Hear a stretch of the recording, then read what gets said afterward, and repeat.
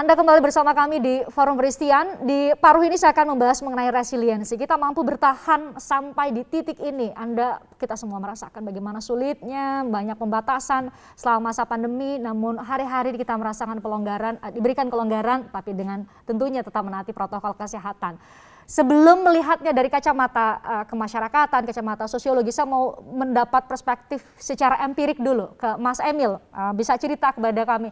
Mas Emil, Anda melihat dan bertemu tentu dengan warga di Jawa Timur gitu ya. Mungkin bisa cerita resiliensi dari warga di sana. Gak mudah kan, semua kena akses gitu, akses dari pandemi COVID-19. Tapi nyatanya kita bertahan dan merayakan kemenangan di momen Lebaran ini. Tadi seluruh rakyat Indonesia merayakan kemenangan. Kita mungkin sesaat lagi akan masuk ke endemi gitu ya, meninggalkan pandemi. Mas Emil. Ya, saya rasa ini kombinasi. Di satu sisi dengan banyaknya korban yang berguguran, kita tentu juga menganggap bahwa 2 tahun kebelakang ini adalah momen yang sangat menyedihkan bagi bangsa dan bagi seluruh umat yang ada di muka bumi dari pandemi ini.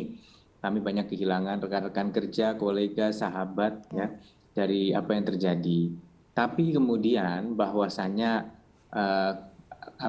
kehidupan manusia berjalan, tentunya mereka yang meninggalkan kita terlebih dahulu, apalagi di tengah pandemi, itu akan selalu kita cintai, akan selalu kita ingat, tidak akan pernah kita lupakan gitu ya. Tetapi kita juga terus menjalankan hidup ini dengan semangat untuk istilahnya move on ya. Move on bukan berarti melupakan mereka yang sudah mendahului kita, para dokter-dokter, para tenaga kesehatan yang ada di lini terdepan dan banyak sekali.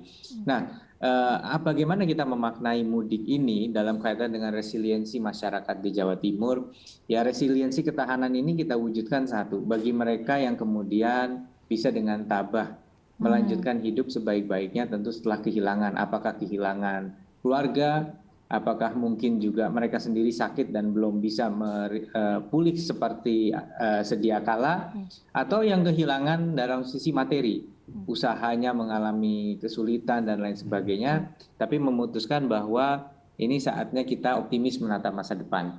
Jadi Ibu Gubernur Khofifah menggunakan terminologi kalau tahun lalu Jatim Bangkit, tahun ini optimis.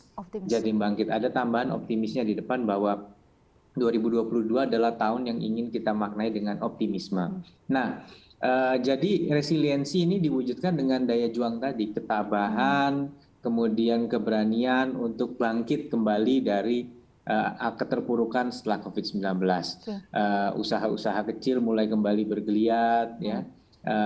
Yang terkena PHK mulai mencari kerja lagi atau mengikuti program-program pembekalan dan lain sebagainya. Ini yang diupayakan oleh seluruh masyarakat Jawa Timur, sehingga kalau tahun lalu kita mencetak pertumbuhan ekonomi 3,57%, setelah tahun sebelumnya di 2020 kita mengalami kontraksi 2,3%, tahun ini kita ingin tumbuh 5%. Saya tidak berusaha mengkuantifikasi hal-hal yang seharusnya sifatnya sangat abstrak ya, kaitannya dengan kebahagiaan, dengan resiliensi. Tapi ini adalah beberapa tolok ukur sebagai pemerintah bahwa kebangkitan ekonomi ini tidak bisa lepas juga dari tadi, dari bagaimana kita kemudian memaknai 2 tahun yang sudah berjalan. Terakhir kita nggak melupakan seakan-akan nggak pernah terjadi pandemi gitu ya.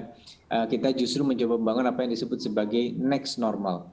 Bukan new normal. Next normal adalah sesuatu yang akan terus ada bahkan setelah COVID-19 dideklar sebagai endemi. Apakah itu kesadaran untuk lebih banyak berbuat baik, orang menyadari akan ada upaya mitigasi risiko baik dunia maupun akhirat. Bagaimana kita akan lebih sadar beribadah, dan nilai ini universal, tidak hanya bagi umat muslim tapi bagi seluruh umat. Bahwasanya momen mudik ini dimaksimalkan, ini sesuatu yang kemudian kita harapkan bisa dimaknai oleh seluruh elemen di Indonesia. Oke. Pak Hans, kalau di Sumatera Barat bagaimana? Pak Pris, di Sumatera Barat kita juga sama dengan daerah lain, cukup terpukul. Pada tahun 2020 kita sempat pertumbuhan ekonomi itu minus 1,62%. Tapi alhamdulillah tahun 2021 akhir tahun kemarin kita sudah tercatat pertumbuhan ekonomi sebanyak 3,29%. Memang yang paling kuat daya tahannya itu adalah usaha-usaha kecil. Karena mereka memang perjuangannya gigih. Di Sumatera Barat itu mayoritas usaha-usalah itu adalah UMKM. UMKM ya. Mungkin ada sekitar 98% itu adalah UMKM. Kemudian sebagian besar juga masyarakat Sumatera Barat itu adalah petani.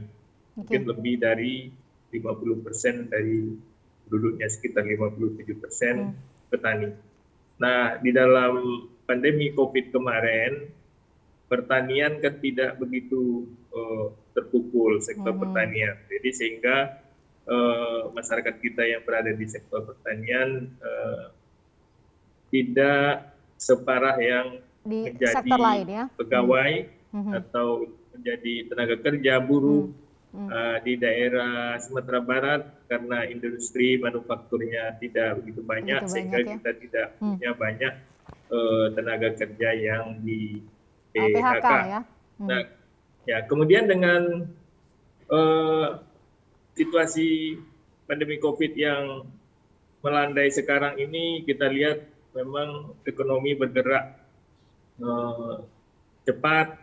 Kalau dulu warung-warung banyak yang tutup, sekarang mulai buka ya Pak. Itu pada ramai sekali dari malam hari warung-warung, kemudian juga pasar-pasar. Kalau kita melewati daerah-daerah Sumatera Barat, kita sulit lewat karena ada pasar tumpah. Berarti ini perekonomian sudah mulai banyak yang belanja nih. Sudah mulai bangkit kembali. Mudah-mudahan ke depan ini terus memasuki fase pemulihan ya Pak, yang semakin membaik. Tetapi tentu kami mohon maaf kepada para pemudik, nanti akan mengalami kemacetan. Ya, tentu saja itu jadi jangan-jangan jadi bagian yang sangat dirindukan dulu sebagai hal yang mungkin berusaha untuk dihindari, jangan-jangan semua kangen berada di tol gitu ya, nunggu gitu ya. Iya. Baik Pak. Tapi kelihatannya khusus yang perantau dari Jakarta, karena sudah sehari-hari macet di sana. Jadi biasa aja gitu ya. Seperti yang longgar di kampung. Baik. Tapi ternyata ke sini mengalami hal yang sama juga. Iya. Baik, Pak Imam tadi saya mau minta pandangan Anda soal 2 poin, soal resiliensi, dan Pak Imam juga beberapa kali ada di Forum Christian, kita bahas soal ini, solidaritas gitu ya. Ternyata orang-orang yang semua terdampak, semua susah juga setelah pandemi, tapi masih mau bantu orang Pak Ustadz. Itu banyak sekali yang dia juga mungkin terganggu secara kesehatan, tapi dia mau jadi relawan dan lain-lain. Ini yang kita lihat selama 2 tahun ini. Anda mungkin bisa menyampaikan dari perspektif sosiologi, inikah karakter orang Indonesia gitu yang patut dan menjadi modal utama kita sebagai sebuah bangsa? Ya, jadi basis masyarakat komunal itu kan basisnya adalah sebuah solidaritas yang bersifat emosional. Ya tentu pada saat mereka mengalami kehidupan yang lebih urban, ya lebih kota, itu solidaritas yang berbasis pada emotional solidarity itu bisa saja memudar. Tetapi tetap saja bahwa masyarakat Indonesia itu kerekatan didasarkan kepada nilai-nilai kebersamaan itu cukup besar. Nah, inilah yang sebetulnya menjadi modal kita membangun ketangguhan. Nah, ketangguhan itu ternyata juga memiliki layer-layer ya. Ketangguhan dalam skala nasional, ketangguhan bangsa, tetapi ketangguhan yang mungkin harus dibangun terus adalah ketangguhan di level komunitas.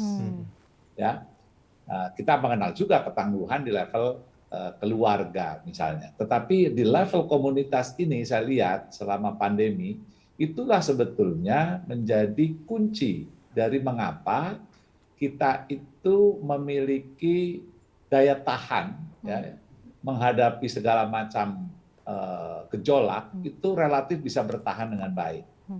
Nah, inilah yang harusnya kita tumbuhkan terus ya, solidaritas yang berbasis komunitas ini.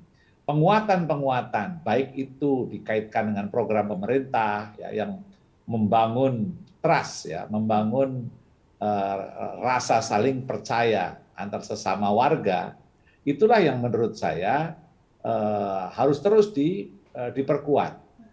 Seringkali itu tercabik pada saat ada pilpres, pilkada, ya, atau bahkan pemilihan kepala desa, RT, RW. Nah, itu semua seringkali menjadi pengganggu. Namun, bila upaya-upaya untuk cross-cutting affiliation program, ya, program-program yang lintas suku, lintas agama, lintas komunitas, lintas perkampungan, itu terus digalakkan sehingga muncul apa yang disebut dengan sebuah energetic engagement, ya. Keberagaman ini tidak mungkin dibiarkan begitu saja, ya, tanpa dibangun kerekatan. Nah, kerekatannya itulah sebetulnya ini, mumpung lagi ada Pak Sekda, Prof, ada Pak Wakil Gubernur, bagaimana mendesain sebuah program yang partisipatif, ya, melibatkan masyarakat, tapi cross-cutting, ya. Jadi seringkali program-program itu basisnya kampung atau desa, tetapi lupa bahwa perlu dibangun juga pembangunan antar desa, pembangunan antar subkultur, ya, yang bisa mensinergikan mereka, sehingga terjadi sebuah interaksi antara kelompok-kelompok yang berbeda identitas. Kita memahami kita itu negeri yang punya identitas multiple, ya, multiple identity, ya. Tetapi pada saat yang sama juga yang seringkali kita harus hati-hati adalah jangan sampai multiple identity itu terus menjadi muncul apa yang disebut dengan divided loyalty, loyalitas yang kemudian terpecah. Nah, kita konsolidasikan. Jadi mudah-mudahan ke depan kalau interaksi atau lita'arofu tadi, ya, ditumbuhkan dan kemudian di dalam situasi yang dalam program-program konkret itu diinteraksikan, ya, antara satu dengan yang lain sehingga trust building antar kelompok itu tumbuh, maka terjadilah consolidated loyalty tadi, loyalitas yang terkonsolidasi, sehingga tidak ada itu pertentangan antara bangsa atau agama, antar suku dan sebagainya, karena loyalitas itu terkonsolidasi karena adanya trust building. Nah, kegagalan kita seringkali adalah ceramah-ceramah toleransi itu tidak diikuti dengan upaya-upaya membangun interaksi di tataran real. Nah, itu padahal harusnya dirancang, ya, bahkan Kementerian Keuangan harusnya memberi insentif kepada daerah-daerah yang mendesain program-program yang mendorong tumbuhnya lintas wilayah, ya, interaksi lintas wilayah, lintas kelompok, ya, sehingga terjadilah sebuah energetic engagement tadi. Mudah-mudahan itu nanti ke depan akan didesain secara khusus sehingga kreativitas untuk membangun sebuah interaksi antar identitas, ya, kelompok identitas itu tumbuh, dan mudah-mudahan itulah sebetulnya embrio persatuan bangsa itu dibangun. Yang bisa terus-menerus merekatkan Indonesia gitu, ya, sebagai sebuah bangsa. Dan mudah-mudahan tidak di level hanya ceramah, di level ujaran, tetapi harus di dalam program. Aksi.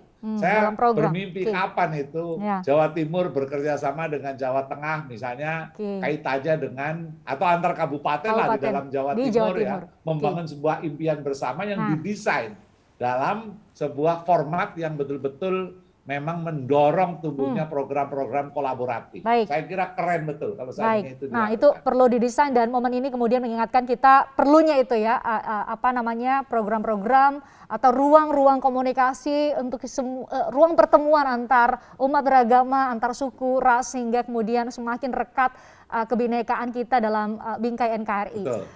Usai jeda saya akan tampaknya dari 5 segmen di Forum Christian saya menangkap optimisme yang luar biasa.